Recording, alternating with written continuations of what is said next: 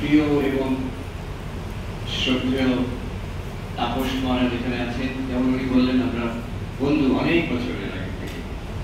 আমাদের প্রিয় শ্রদ্ধেয় বিশ্ববন্ধু মহারাজ আছেন, প্রিয় শ্রদ্ধেয় সুশান্ত মহারাজ এখানে আছেন, ওনাকে অনেক বছর আগে থেকে জানি আমি। আপনাদের সবাইকে নমস্কার। আমাকে এখন বলতে হবে, আমি জানতাম না। মহারাজ এক্ষুনি বসিয়ে বললেন যে একটু কয়েকজন দেখা করবে, আমি এইটুকুই জানতাম। তারপর বললাম, আমি জিজ্ঞেস করলাম তুই বলতে হবে? হ্যাঁ, বলতে তো হবেই। আমি যেখানে আছি এটা হচ্ছে Vedanta society of new York.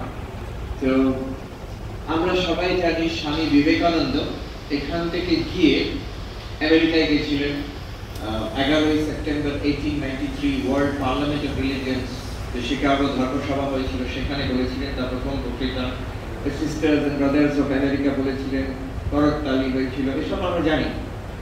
কিন্তু তারপরের ঘটনা হচ্ছে নিউ ইয়র্ক শহরের মানুষ তাকে ধরে বললো, এখানে আপনি আসুন, আমাদের শেখান, যোগ শেখান, ধ্যান শেখান, বেদান্ত শেখান, ভগবান লাভের পথ শেখান।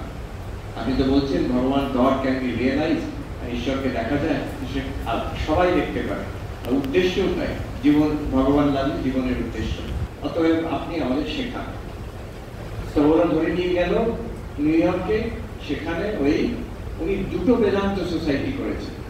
একটা হচ্ছে নিউ ইয়র্ক, যেটা প্রথম 1894, বেলুড় মঠেরও আগে, বেলুড় মঠের 5 বছর 6 বছর 5 বছর আগে নিউ ইয়র্ক বেদান্ত সোসাইটি হয়েছে। আর দ্বিতীয়টি উনি করলেন স্যান ফ্রান্সিসকোতে।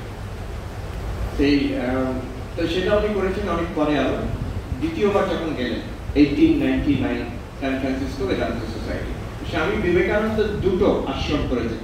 এখানে যেমন আমরা রামকৃষ্ণ মিশন বলি, রামকৃষ্ণ মঠ বলি, ওই একই, ওখানে বলা হয় বেদান্ত সোসাইটি। ওই সাহেব মেমরাই ওটা করেছেন মহারাজদের, ওরা ওখানে গুরু রূপে, শিক্ষক রূপে দেখেন। এটা কেন বলছি, যে আজকে যখন ওই হলে দেখলাম, সেখানে ছবি দেওয়া আছে ত্রিগুণাতীতানন্দ মহারাজের স্যান ফ্রান্সিসকোতে। স্বামী বিবেকানন্দ আমার মনে পড়ে গেল, আমি তো ওখানে গিয়েছি একাধিকবার।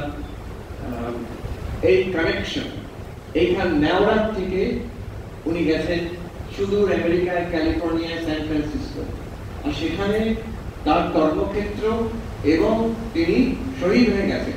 তিনি, তার একটা ইচ্ছা ছিল, তার অদ্ভুত অদ্ভুত ইচ্ছা থাকতো যে আমি ঠাকুরের জন্য একজন শহীদ হবে, আমি ঠাকুরের জন্য শহীদ হতে রাজি আছি। ঠিক তাই হলো, কিন্তু একটা দুঃখদায়ক ঘটনা। তো সেই এই নেওয়ারই ছেলে, তার জন্ম এখানে, সারদা প্রসন্ন মিত্র, আর তার কর্মক্ষেত্র সেই দিনে। এখন তো আমেরিকায় কত লোক যায় আর আসে, কত লোক যায়, আমাদের এই পরিস্থিতির মধ্যে কতজন হতে পারে যারা আমেরিকায় আসছে, কিন্তু তখন খুবই খুবই এটা বিরল ছিল। স্বামী বিবেকানন্দ তো পায়োনিয়ার, সেদিক থেকে প্রথম, মানে তিনি অগ্রসর সেভাবে আমেরিকা যাওয়ার ব্যাপারে। উনি স্যান ফ্রান্সিসকো করলেন, তারপরে স্বামী বিবেকানন্দ তো চলে এলেন, কিন্তু স্বামী তুরীয়ানন্দজিকে হরি মহারাজ তাকে দায়িত্ব দিয়েছিলেন, উনি যাতে দেখাশোনা করেন স্যান ফ্রান্সিসকো সেন্টারটা। হরি মহারাজ, উনি, ওনার মন খুব বিচলিত হলো যে স্বামীজিকে দেখার জন্য গেছিলেন, তুমি ভারতবর্ষকে ভুলে যাও। জানতেন যে হরি মহারাজ হয়তো থাকতে পারবে না সেখানে, তুমি ভারতবর্ষকে ভুলে যাও, এখানে বেদান্তের পতাকা, তুমি এখানে planted the flag of Vedanta, এখানে তুমি থাকো, তাহলে কাজটা খুব এগোবে, অনেক আমেরিকানরা আসবে, অনেক এখানে আশ্রম হবে, অনেক লোকজন আসবে, তুমি থেকে যাও। কিন্তু হরিমহারাজ যখন শুনলেন স্বামী বিবেকানন্দের শরীর খারাপ, উনি আর থাকতে পারলেন না। ওনার খালি বারে বারে মনে হচ্ছিল যে আমি চলে আসি ভারতবর্ষে, এখানে আর ভালো লাগছে না। তার মায়ের দর্শন হয়েছে, আমার হচ্ছে জগদম্বার দর্শন হয়েছে, যে একবার নয়, দুবার নয়, 3 বার বলতে যে এখানে থাকতে, তাও উনি রাজি বলেন না। উনি চলে এলেন। এবার তারপরে অবসর স্বামী বিবেকানন্দ দেখতেও পারেননি, যখন জাহাজে ছিলেন তখন খবর পেলেন স্বামী বিবেকানন্দ শরীর চলে গেছে। যাই হোক, এখন স্যান ফ্রান্সিসকো আশ্রমে কি হবে? তো তখন স্বামী ত্রিগুণাতীতানন্দ মহারাজ গেলেন এই ভারতবর্ষ থেকে। তিনি ইতিমধ্যে অনেক কাজ করেছেন, বিশেষ করে উদ্বোধন পত্রিকার জন্য আরো অনেক কাজ করেছেন। তিনি সারদা প্রসন্ন মহারাজ ত্রিগুণাতীতানন্দজি গেলেন আমেরিকায়, আর সেই স্যান ফ্রান্সিসকো আশ্রম। তো সেখানে সাহেব একজন লিখছেন যে আগের যিনি স্বামীজি ছিলেন, স্বামী তুরীয়ানন্দজি, he believed in leaving everything to the mother. স্বামী তুরীয়ানন্দজি বলতেন মায়ের ইচ্ছা হলে হবে, মায়ের ইচ্ছা হলে হবে। আর সাহেব লিখছেন যে এখন যিনি এসেছেন স্বামী Trigunatitananda, he does not believe in leaving everything to the mother. Trigunatitananda মহারাজের ভাব ছিল you have to do it, তোমাকেই করতে হবে, do or die। আসলে বিভিন্ন জায়গায় লেখা অনেক রকম ওনার সেইংস লেখা থাকতো, উক্তি থাকতো, যেমন do or die, work like a horse, ঘোড়ার মতন খাটতে হবে। আবার এক জায়গায় লেখা আছে do it now, যা করতে হবে এক্ষুনি করে, এক্ষুনি করে ফেল। উনি একদম সেই অলসতা, তমগুণী, এটা একদম পছন্দ করতেন না। আর খুব বকাবকি করতেন, ওরা ভয়ও পেত রীতিমতো। একজন মেম সাহেব লিখছেন, চিঠি আছে, কি চিঠিতে উনি লিখেছেন আমরা জানি না, কিন্তু ত্রিগুণাতীতানন্দ মহারাজের জবাবটা আমাদের কাছে আছে চিঠিতে। বলছেন ম্যাডাম, ইউ হ্যাভ সেড যে আমি আপনাকে খুব হাসি, খুব বকাবকি করি, কিন্তু আমি ওটা ইংরেজিতে লিখেছেন, আমি বাংলায় অনুবাদ করে বলছি। মহারাজ লিখছেন সেই মেম সাহেবকে, আপনি আমার কাছে শরণ নিয়েছেন, মানে আমি আপনার গুরু, আপনি আমার কাছে দীক্ষা নিয়েছেন, অতএব আমার দায়িত্ব হয় আপনাকে আমি সেই অমৃতত্বের সাগরে হিড়ির করে টেনে নিয়ে ওই ছুঁড়ে ফেলবো অমৃতত্বের সাগরে। ঠিক নিয়ে যাওয়াতে আপনার যদি দু চারটে হাড় ভেঙে যায় তাতে আমার কিছু যায় আসে না। I have to drag you and throw you into the ocean of immortality, and if on the way I break your bones, I care not. কিন্তু এরকম গুরু, তিনি সত্যি সত্যি হি মিনস ইট। তার কাছে শরণ নেওয়া মানে আমাদের ব্রহ্মজ্ঞান, ভগবান লাভ নিশ্চিত, উনি করেই ছাড়বেন। তাতে একটু কষ্ট হবে আমাদের, তিনি ছাড়বেন না। তিনি ওখানে আমেরিকাতে গিয়ে বিশাল কাজ করেছেন। প্রথম তো যেমন সবাই আমরা জানি, প্রথম হিন্দু মন্দির আজ অব্দি আছে 1905 সালে। পিটসবার্গ নামক একটি জায়গা আছে, সেখানে আমি গেছি, তো বলে আমাদের সবচেয়ে প্রাচীন হিন্দু মন্দির এখানে 70 সালে হয়েছে। আমরা এটা সবচেয়ে প্রাচীন নয়, এর থেকে অনেক পুরনো হচ্ছে স্যান ফ্রান্সিসকো হিন্দু মন্দির। স্বামী ত্রিগুণাতীতানন্দ মহারাজ 1905 সালে করে গেছে, সেটা এখনো আছে, বিশাল মন্দির, অদ্ভুত তার আর্কিওলজি। সেটা এখন স্যান ফ্রান্সিসকো শহর, যেটা ক্যালিফোর্নিয়ার একটা মস্ত বড় শহর, বোধহয় লস অ্যাঞ্জেলেসের সমতুল্য।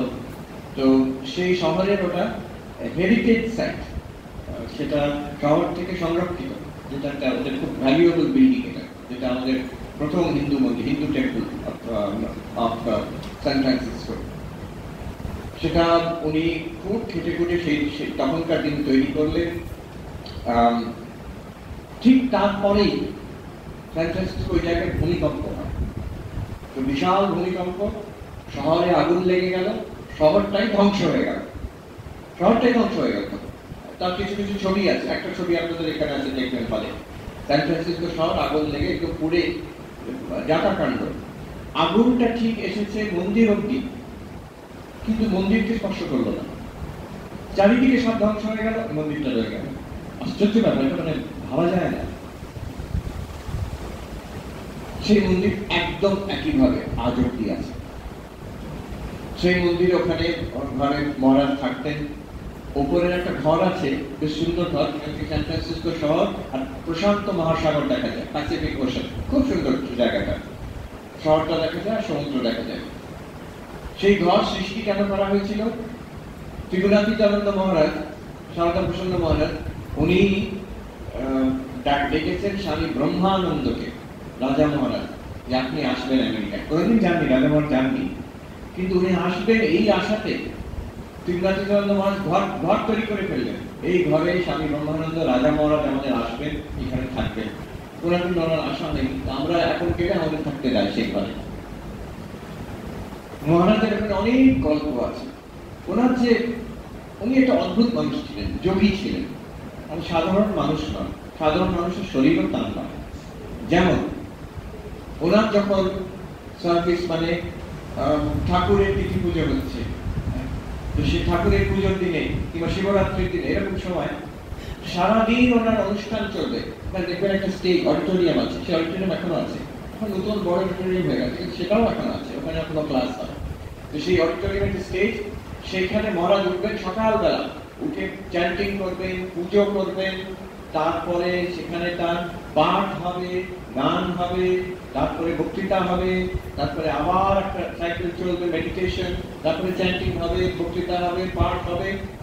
8 ঘন্টা 12 ঘন্টা ধরে একটা স্টেজে থাকবে, ব্যাচের পর ব্যাচ লোক আসছে আর যাচ্ছে। এটা একবার না, সব প্রোগ্রাম ওই রকম ছিল।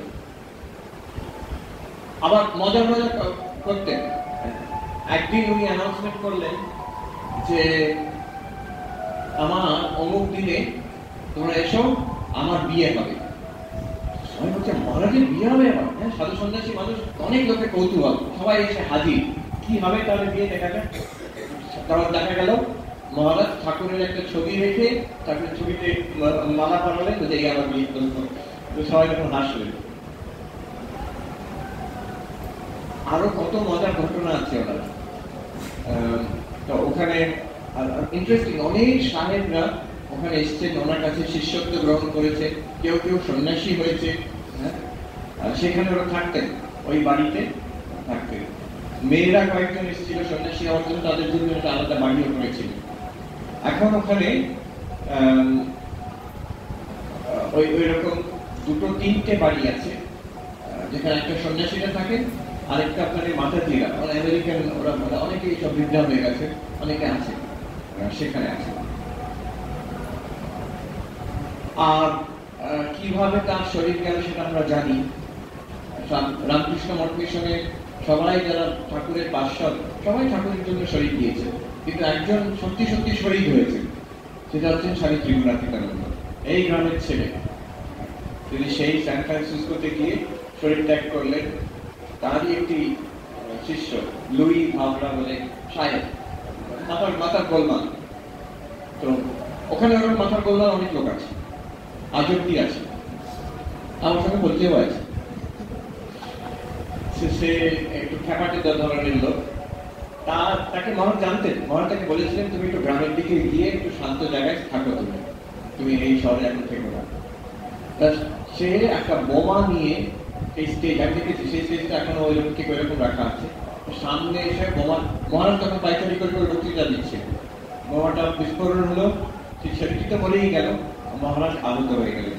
তাকে হাসপাতালে নিয়ে যাওয়ার সময় তিনি তখন বলছেন যে আচ্ছা ওই ছেলেটার কি হলো বেচারা, ওর কথা ভাবছে, নিজে হয়তো মানে উনি উন্ডেড, ফেটালি উন্ডেড, হাসপাতালে নিয়ে রাখা হলো, ডাক্তার আর নার্সরা অবাক হয়ে যাচ্ছে, এরকম পেশেন্ট আমি দেখিনি, যে মারাত্মক যন্ত্রণায় মারা যাচ্ছে, তার কোনো বিকার নেই।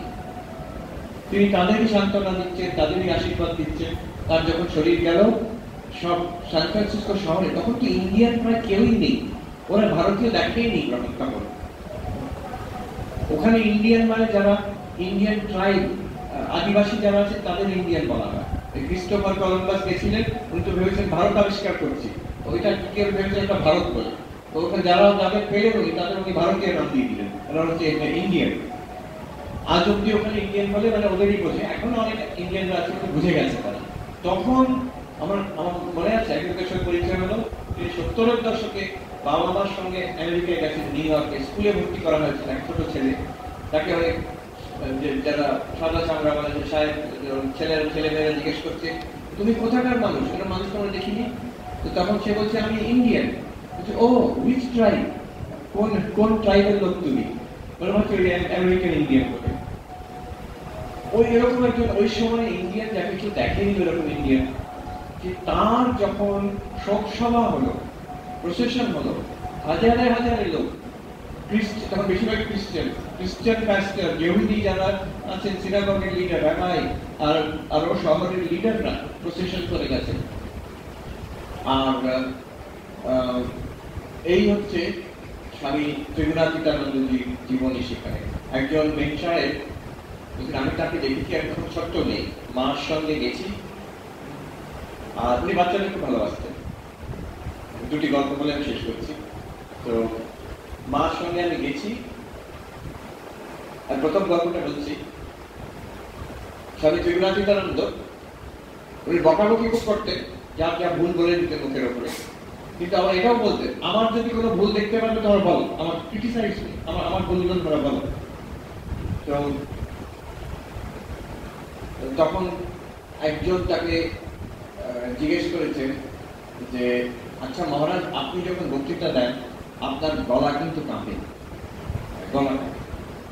তখন উনি বলছেন, সেটা আমি কি করবো, করুণ ভাবে বলছেন, আমি যখন বক্তৃতা দিই আমি দেখি সব ঠাকুরই বসে আছেন আমার সামনে, মা আছেন সামনে, তাই জন্য আমি দেখি আমি নিজেকে সামলাতে পারি না, মানুষ দেখি না, তখন আমার এটাই জন্য গলা কাঁপে, সেটা আমি সামলাতে পারি না। তখনকার দিনে তো সবাই স্মোকিং করতেন, এখানে ভারতবর্ষে হুক্কো খেতেন, তখন আমেরিকাতে ওই স্মোকিং সিগার এখনকার কমে গেছে, অনেক কমে গেছে।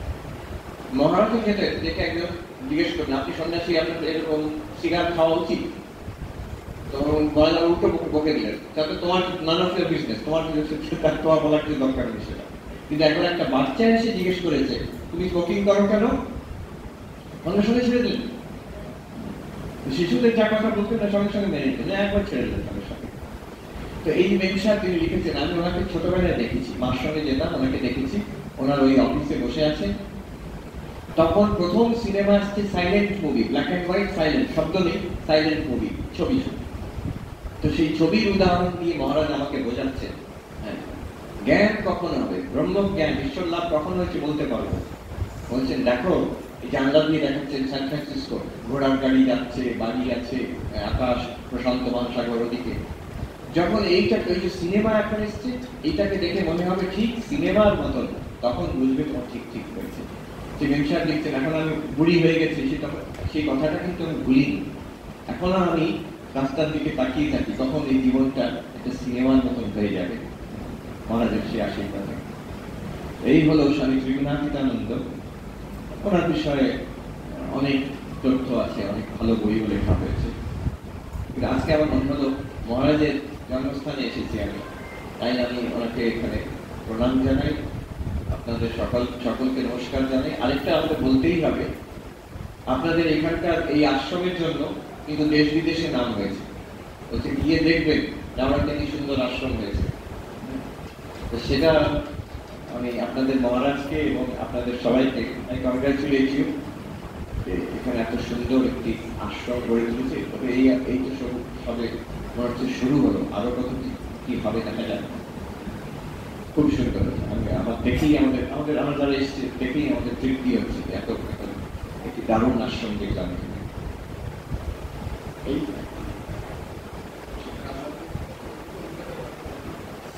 আমার এখন তো আমি মহারাজের কাছে শুনতে চাইছি, মহারাজ এখন ওখানে এই অনেকদিন বললেন মাথা খ্যাপা লোকের সঙ্গে পরিচয় হয়েছে, যে ভালো মানুষের সঙ্গে উদাহরণ যাদের সঙ্গে পরিচয় হচ্ছে বিশ্বব্যাপী, আজকে একটা খ্যাপা মানুষের সঙ্গে।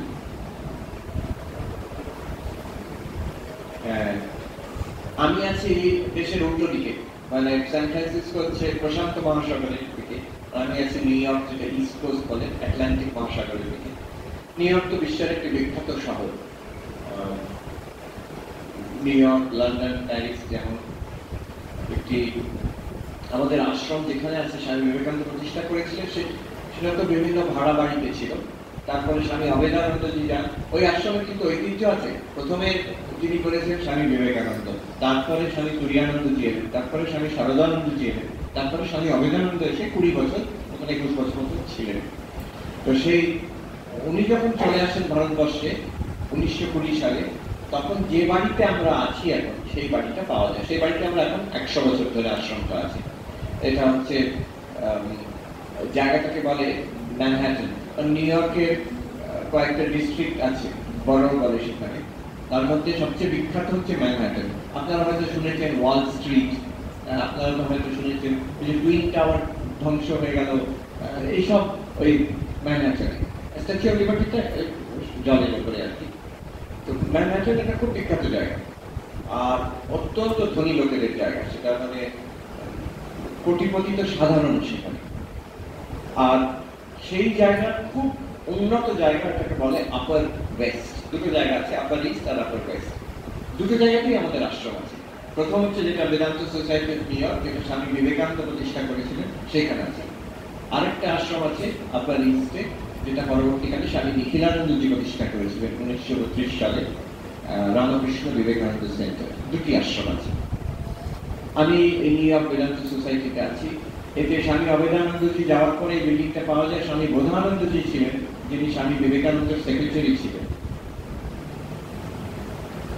একটা মজার ঘটনা বলি, আমাদের আশ্রমের যিনি বোর্ডের প্রেসিডেন্ট, ব্রিটিশ মহিলা ডায়ান ক্র্যাফোর্ড বলে, তিনি হঠাৎ একদিন আমাকে বলেন, আচ্ছা আমার তো বয়স হয়ে যাচ্ছে, একটা জিনিস আপনাকে দেবো, আপনি বেলুর মঠে, তিনি কখনো ভারতবর্ষ দেখেননি, বেলুর মঠ দেখেন, তার কাছে স্বপ্নের জায়গা একটা, এই একটা জিনিস আপনাকে দেবো, এটা আপনি যদি বেলুর মঠ পাঠিয়ে দেন আপনাকে দিয়ে দেবো। কি জিনিস আপনার কাছে আছে? স্বামী বিবেকানন্দের হাতের লেখা চিঠি আছে আমার কাছে। হ্যাঁ, স্বামীজির চিঠি তুমি আমাকে দিলেন। কি করে এলো সেটা? সেটা হচ্ছে বোধানন্দজি স্বামী বিবেকানন্দের সেক্রেটারি ছিলেন। বোধানন্দজি যখন আমেরিকায় গেলেন বেলুর মঠ থেকে, তখন নিশ্চয়ই স্বামীজি কিছু জিনিস নিয়ে গেছে। উনি মারা যাওয়ার আগে তারপরে ছিলেন পবিত্রানন্দজি, তার কাছে ওই চিঠিটা ছিল। তিনি তার শিষ্য হচ্ছেন এই ভদ্রমহিলা, তিনি এখন আমাদের আশ্রমের প্রেসিডেন্ট, মানে ডাইরেক্টর আর কি, বোর্ডের প্রেসিডেন্ট। নিশ্চয়ই তার শিষ্যকে তিনি দিয়ে গেছে ওই চিঠিটা, এতদিন ওনার কাছে ছিল। চিঠিটা কেমন আমাকে যখন দিলেন, আমি দেখলাম এটা কলকাতায় লেখা চিঠি, বেলুর মঠ থেকে লিখছেন, বেলুর এবং গ্যাঞ্জেস লেখা আছে করে হেডিং দিয়ে। আর তখন অলরেডি সেই লোগোটা হয়ে গেছে, যেটা আমাদের রামকৃষ্ণ মিশনের, আমাদের যেটা বাইরে আছে, রামকৃষ্ণ মিশনের যে চিহ্ন, প্রতীক, সেটাও কিন্তু স্বামী বিবেকানন্দ নিউ ইয়র্কে করেছে। কি করে করেছে বলবো। তো সেই চিঠিতে লেখা আছে, তিনি চিঠি লিখছেন জোসেফিন ম্যাকলাউডকে, মেমসার, যিনি স্বামী বিবেকানন্দকে অনেক সাহায্য করেছেন। স্বামীজি শিষ্যা বললেই চলেন, শিষ্যা বলতেন না, বলতেন আমি ফ্রেন্ড অফ বিবেকানন্দ, কিন্তু শিষ্যা বললেই চলে। তিনি যখন আমেরিকা থেকে এসছেন, সারা বুল, জোসেফিন ম্যাকলাউড এরা এসে তখন উঠেছেন, তখনকার দিনে যেখানে সাহেবেন্দ্র থাকতো, গ্রেট ইস্টার্ন সেখানে উঠেছেন। চিঠিটা ওখানে হাতে পাঠানো হয়েছে স্বামী বিবেকানন্দ। তাদের লিখছেন, স্বামীজি আগামীকাল নিবেদিতা আসবে, নিজের স্কুলের প্রকল্প নিয়ে বলবে, এইচএন আসবেন, মানে হোলি মাদার মা শারদা আসবেন, তুমি চলে এসো, আর যদি সারা বল শরীর ভালো লাগছে তাহলে ওকে নিয়ে চলে এসো, আমরা কিছু শুনবো। ভাবছি একটা চিঠিতেই মা শারদা আছেন, বিবেকানন্দ আছেন, নিবেদিতা আছেন, জোসেফিন ম্যাকলাউড, সারা বল সবাই আছে, একটা ছোট্ট চিঠি প্রকাশিত। সেটা প্রকাশিত আগেই প্রকাশ হয়ে গেছে। আমি সঙ্গে সঙ্গে চিঠিটা নিয়ে বেলুর মঠে পাঠিয়ে দিলাম, এত ভ্যালুয়েবল চিঠি। তো স্বামী বোধানন্দজি ছিলেন, তারপরে তার সময় ওই বিল্ডিংটা হয়, যেটা আমরা এখন আছি। আর তারপরে স্বামী পবিত্রানন্দজি, যিনি অদ্বৈত আশ্রমের প্রেসিডেন্ট ছিলেন, উনি তখন গেলেন বোধানন্দজির শরীর যাওয়ার পরে। পবিত্রানন্দজি ছিলেন 1977 অব্দি, সেই সময় স্বামী তথাগতানন্দজি এখান থেকে যান, তিনি ছিলেন 2016 অব্দি, মানে প্রায় 40 বছর তিনি ওই আশ্রমে কাটিয়ে দেন শেষ অব্দি। এই হচ্ছে ওখানকার ইতিহাস। ওই বাড়িতেই আমরা 100 বছর ধরে আছি। আমি গত 7-8 বছর ধরে সেখানে আছি। নিউ ইয়র্ক খুব বিখ্যাত শহর। যেমন একটা বলি, আশ্রমের পাশেই হচ্ছে ড্যাকোটা বলে একটা বিল্ডিং আছে, সেটা সবচেয়ে প্রাচীন বিল্ডিং। সেখানে যারা খুবই এলিট সোসাইটির তারা থাকে। অনেকে জানবেন হয়তো, এক সময় 60-এর দশকে খুব বিখ্যাত হয়েছিল ব্রিটিশ একটি rock group, music group, Beatles বলে। বিটলসের যিনি গায়ক ছিলেন জন লেনন, আর ওনার ওয়াইফ ইয়োকো ওনো ওখানে থাকতেন। ওনাকে জন লেনন তো ওইখানেই গুলি করে মারা হয় ওই দরজার সামনে। এইসব ইয়োকো ওনো এখন অব্দি বেঁচে আছেন, উনি কিছুদিন অব্দি ওখানে ছিলেন, এখন অন্য জায়গায় চলে গেছেন। যাই হোক, জন লেনন ব্রিটিশ ভদ্রলোক, তাকে জিজ্ঞেস করা হলো আপনি নিউ ইয়র্কে থাকেন কেন? উনি বলছেন new York, why do I live in New York? New York is verily if I lived in ancient times I would have lived in Rome. New York is verily the Rome of our time. আমি যদি প্রাচীন জগতে থাকতাম আমি রোমের নিবাসী হতাম। আজকের যুগে, আজকের জগতে রোম হচ্ছে নিউ ইয়র্ক, সিভিলাইজেশনের সেন্টার আর কি নিউ ইয়র্ক। তো সত্যি সেখানে আপনি মানুষ খুব প্রাণবন্ত শহর, very very alive, very vital. আপনি যা চাইবেন সেখানে। একটা তো টাকা, ফাইন্যান্সিয়াল ক্যাপিটাল, সেটা দেশের এবং হয়তো পৃথিবীর একদিক থেকে বলা যেতে পারে। ওয়াল স্ট্রিট সেখানে আছে। একটা কথা আছে, if Wall Street sneezes, the world catches a cold. যদি ওয়াল স্ট্রিটে হাঁচি হয়, সবাইকার সর্দি লেগে যাবে সারা পৃথিবীতে। তো ফাইন্যান্সিয়ালি স্পিকিং সবচেয়ে বড় ধনী এলিট ওরা ওখানে থাকে। একটা এমন রো আছে বাড়ি, ওটাকে বলে বিলিয়নিয়ার্স রো, শুধু বিলিয়নিয়াররাই ওখানে থাকে। আবার যদি কারোর মিউজিয়াম, পৃথিবীর কিছু কিছু বিখ্যাত মিউজিয়াম, একটা বলে মিউজিয়াম নাই, পর বিশাল বিশাল মিউজিয়াম, সারা পৃথিবীর থেকে তারা আর্ট কিনে কিনে ওখানে সাজিয়ে রেখেছে। যাদের ওইগুলো পছন্দ তাদের দিনের পর দিন কেটে যাবে। এমন লোক আসে, আমার অত ইন্টারেস্ট নেই, আমি ঘুরে একবার দেখেছি, কিন্তু এমন এমন লোক আসে যারা হচ্ছে নিউ ইয়র্ক এনে আমরা একদিন মিউজিয়ামের জন্য রাখি, আমরা গিয়ে পৃথিবীর সেরা ছবি কলা এগুলো আমরা দেখতে চাই। আবার যদি কারোর ইন্টারেস্ট আছে পড়াশোনা নিয়ে, পড়াশোনা নিয়ে, পৃথিবীর কিছু বিরাট বিরাট ইউনিভার্সিটি, যেমন কলম্বিয়া ইউনিভার্সিটি, আমরা জানি ডক্টর আম্বেদকর, এখানকার আমাদের বিখ্যাত ডক্টর আম্বেদকর, যিনি আমাদের কনস্টিটিউশন দিয়েছেন, দলিত লিবারেশন মুভমেন্ট করেছেন, তিনি ওই কলম্বিয়া ইউনিভার্সিটিতে পড়াশোনা করেছেন। ওরা এখন একটা আম্বেদকর লেকচারও আরম্ভ করেছে, অ্যানুয়াল লেকচার, বিখ্যাত। আমাদের এই কলকাতারই মেয়ে, কয়েকজনের নাম শুনে থাকতে পারেন, গায়ত্রী চক্রবর্তী স্পিভাক, খুব বিখ্যাত দার্শনিক, তিনি ওখানে এমবিবিএস প্রফেসর, 80 বছর, এখন কলকাতায় এসেছেন আবার, তিনি কলম্বিয়াতে। ইন্ডিয়াতে অত লোকে জানে, অনেকে শিক্ষিত সমাজে অনেকেই জানে, কিন্তু আমেরিকাতে উনি একজন সুপারস্টার, উনি কলম্বিয়া ইউনিভার্সিটিতে, এখন অনেক ভারতীয় গবেষণা। হ্যাঁ, তিনি, আমি একবার আমার সুযোগ হলো, উনি মানে কেমন মানুষ, 80 বছর বয়স। হ্যাঁ, আমি ওনার সঙ্গে যোগাযোগ করলাম, উনি আসুন মহারাজ, আপনি আসুন আমার সঙ্গে, আমি দেখা করবো, ওনার সঙ্গে দেখা করতে। উনি কিন্তু স্বামী শঙ্করানন্দজির শিষ্যা, মন্ত্র শিষ্যা। ওনার দেখলে, ওনার কথা শুনলে, ওনার বই পড়লে মনে হবে না যে তথাকথিত ভক্ত কি ধর্মীয় বলে, একদমই মনে হবে না, কিন্তু ওনার গভীর শ্রদ্ধা আছে, বিশেষ করে ঠাকুরমা সাহেবের প্রতি। তো উনি একবার বললেন, আপনি আসুন, আমি যোগাযোগ করলাম, আপনি আসুন আমার অফিসে। আমি গেছি, উনি আমাকে অফিসের ভিতরে নিয়ে গিয়ে আমাকে দেখেই বলছে, ওমা এত বাচ্চা। উনি ভাবছেন যে মহারাজ মানে একটা বৃদ্ধ মতন কেউ হবে, এই তো বাচ্চা। তো তারপরে আমার সাথে গল্প হলো, কথা হলো, আমাকে চাটা খাওয়ালেন, ঘুরিয়ে দেখালেন। তারপরে হঠাৎ বলছে, এবার মহারাজ আমাকে যেতে হবে। কেন? আমার চাইনিজের পরীক্ষা। পরীক্ষা মানে উনি প্রফেসরশিপ থেকে রিটায়ার করে এখনো পড়ান, মানে ওনার অফিস আছে, এখনো পড়ে যাচ্ছে, এটা সেগুলো দেখবার মতন। এখন 80 বছর বয়স, তার নূতন শুধু নিজে নিজে পড়া নয়, পড়ে কোর্স করে ছাত্রদের সঙ্গে বসে কোর্স করে পরীক্ষা দেওয়া হবে, ওরকম না করলে শেখা হয় না। এই যে intense desire to learn, life long, ঠাকুরের কথা যে যাবৎ বাঁচি তাবৎ শিখে, একদম মূর্তিমান, সারাক্ষণ শিখে যাচ্ছেন তিনি। জোসেফিন ম্যাকলড বলেছেন স্বামী বিবেকানন্দকে, স্বামী বিবেকানন্দ জানো সন্ন্যাসীদের, তোমরা জানো কেন আমি স্বামী বিবেকানন্দকে এত শ্রদ্ধা করি? তোমরা তো জ্ঞানী গুরু হিসেবে দেখো, আমি তাকে দেখি as a student. Swami Vivekananda was the perfect student. He learned every day, he learned continuously, he was always fresh. তাই জন্য আমি শ্রদ্ধা করি তাকে, কারণ শেখার কোনো অন্ত ছিল না বিবেকানন্দের। যেমন প্রকাণ্ড জ্ঞান, সবসময় উনি কৌতূহল, ছোট শিশুর মতন আরো শিখছেন। ঠিক তেমনই আমি দেখলাম যে ইনি 80 বছর বয়সে চাইনিজ ভাষা, তখন হয়তো 78, চাইনিজ ভাষা শিখছে, পরীক্ষাও দিতে যাচ্ছে। আবার একদিন ইউনিভার্সিটির গেটে দেখা হয়েছে, তো তিনি শার্ট পরেছেন, একটা ড্রেস পরেছেন। উনি বললেন, মহারাজ কিছু মনে করবেন না, আমি শাড়ি পরিনি। আমি বললাম, আমি কেন মনে করতে যাবো? না, পবিত্রানন্দ মহারাজ বকতেন। উনি একবার আমার সুযোগ হলো, হার্ভার্ড ইউনিভার্সিটি থেকে একটা অফার এলো যে একজন হিন্দু সন্ন্যাসীকে চাই আমাদের, তো আমরা একটা কোর্স করবো, আপনি এখানে যোগদান দিতে পারেন। আমি ভাবছি এই বয়সে আবার করতে যাবো, 50 বছর বয়স হতে চললো আবার কোটাকে করতে যাবে।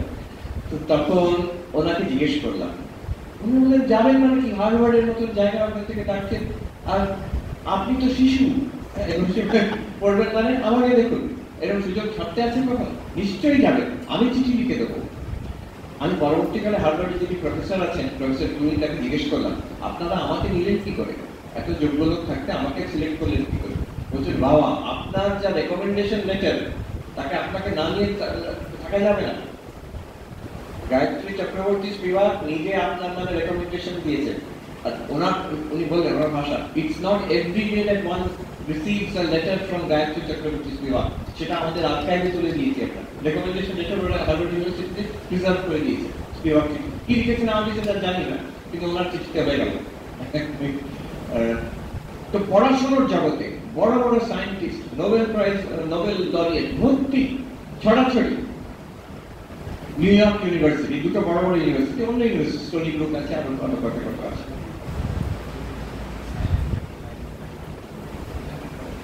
হ্যাঁ, আবার আমার একটা খুব ফেভারিট জায়গা হচ্ছে নিউ ইয়র্ক পাবলিক, আচ্ছা লাইব্রেরি। আমার তো বই খুব পছন্দ, আমি বলার জানি গোলপার্কে গেলেই আমি সেই লাইব্রেরিতে ঢুকে যেতাম, তো বই পকা আমি, আমাকে বার করতে হতো, খুঁজতে হলো এখান থেকে বার করতে হতো।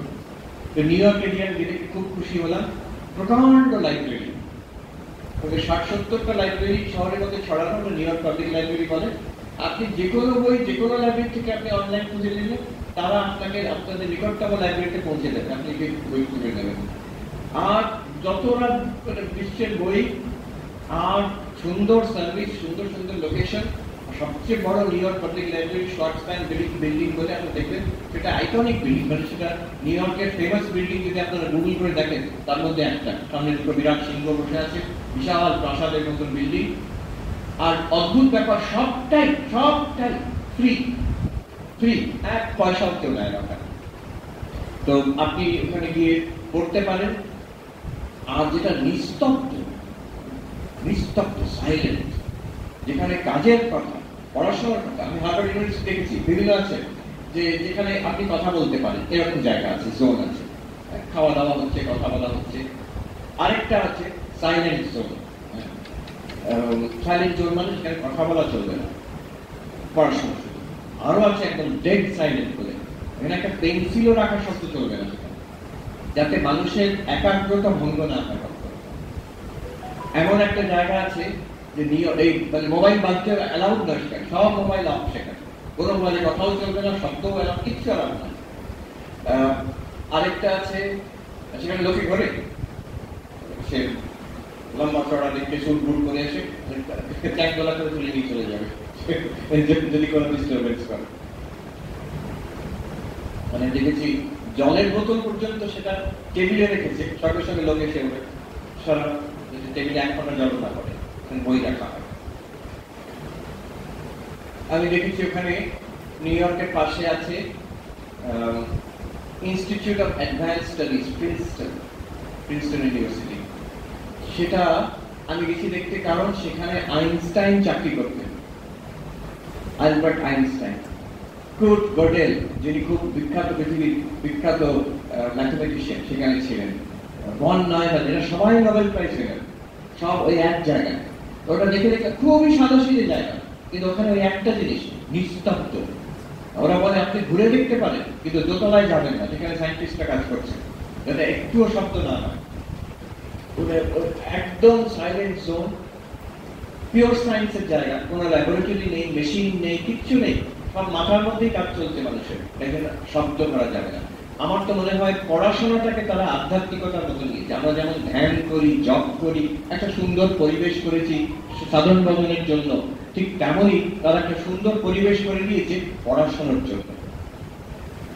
একটা আমার অনেক সময় মনে হতো আমাদের কলেজ ইউনিভার্সিটি এত অরাজকতা, হ্যাঁ, এই স্ট্রাইক হচ্ছে, এই প্রসেশন হচ্ছে, এই দেয়াল লেখন করে দিল, পোস্টার লাগিয়ে দিল। আমি একটা মানে অবাক হতাম দেখি। আমি সবসময় ওখানে সুযোগ পেলে এখানে ওখানে আমেরিকাতে ইউনিভার্সিটিতে যাই দেখতে, আমার ভালো লাগে। ছেলেমেয়েরা পড়াশোনা করছে, পড়ার পরিবেশ, লাইব্রেরি। আচ্ছা, ওখানে তো অবাধ স্বাধীনতা, কে কাকে টকবে কিচ্ছু বলার নেই কাউকে। কিন্তু সেই ইউনিভার্সিটিতেই দেখছি কি করে এত ডিসিপ্লিন, যেখানে কোনো কেউ কিছু ধমক দেওয়ার নেই, বকার নেই, কিন্তু সেখানে কোথাও একটুও ময়লা নেই, একটুও যে ডেমনস্ট্রেশন করছে, প্রোটেস্ট করছে, কিংবা এখন হয়েছে কিছু অন্য ব্যাপারে, পলিটিক্যাল ব্যাপারে, কিন্তু এমনি ইউনিভার্সিটির যে অ্যাটমসফিয়ার, ক্লাসরুমের যে অ্যাটমসফিয়ার, এটা খুবই ওরা, আমার তো মনে হয় আমরা যেভাবে আধ্যাত্মিকতা, সাধন ভজন, ঈশ্বর, এটা যেমন আমাদের খুব আমাদের কেন্দ্র ভারতবর্ষে, যেখানে বিদ্যাটাকে তারা কেন্দ্র করে রেখেছে, সেটা স্বাভাবিকভাবে তারা করে রেখেছে। একটা শ্রদ্ধা আছে পড়াশোনার ব্যাপারটা। আরেকটা হচ্ছে নিউ ইয়র্কে অনেকে অবাক হবে, আমরা ভাবি আমরা ধর্মীয় দেশ, হ্যাঁ, আমাদের রাস্তায় রাস্তায় মন্দির আছে, ওটাও খুবই ধর্মীয় দেশ। নিউ ইয়র্কে রাস্তায় রাস্তায় গির্জা, চার্চ আছে। আমি যে আমাদের আশ্রম যে রাস্তায় আছে, সেখানে দুটো চার্চ আছে, একটাই রাস্তায় দুটো চার্চ আছে, আর বিশাল বিশাল চার্চ, ক্যাথিড্রাল সেখানে এই পাড়ায় সেই পাড়ায় আছে, হয়তো লোকজন বেশি যায় না, কিন্তু ওরা খুবই ধর্মীয়। আমি তো দেখেছি হার্ভার্ড ইউনিভার্সিটি, সেখানে একদিকে বিশাল লাইব্রেরি, পৃথিবীর সবচেয়ে বড় প্রাইভেট লাইব্রেরি, মানে ইউনিভার্সিটি লাইব্রেরি, ঠিক মাঠের উত্তর দিকে হচ্ছে মেমোরিয়াল চার্চ। তো এটা ওদের কালচার বলে, বা চার্চ যেতে হবে তা না, কিন্তু কালচার হিসেবে আমাদের ঐতিহ্য হিসেবে তারা এটা রক্ষা করে, আমাদের তাই করতে হবে, এটা শিক্ষণীয়। আর মানুষ অনেক রকম আছে, যেগুলো বললে লোকে অবাক হবে। রিসেন্টলি একটা আমেরিকায় নিউ ইয়র্কে করেছে ম্যারিজুয়ানা, মানে গাঁজাটাকে ওরা লিগাল করে দিয়েছে, মানে আর পুলিশ করবে না, মানে সারাক্ষণ বসে গাঁজা করছে এখন।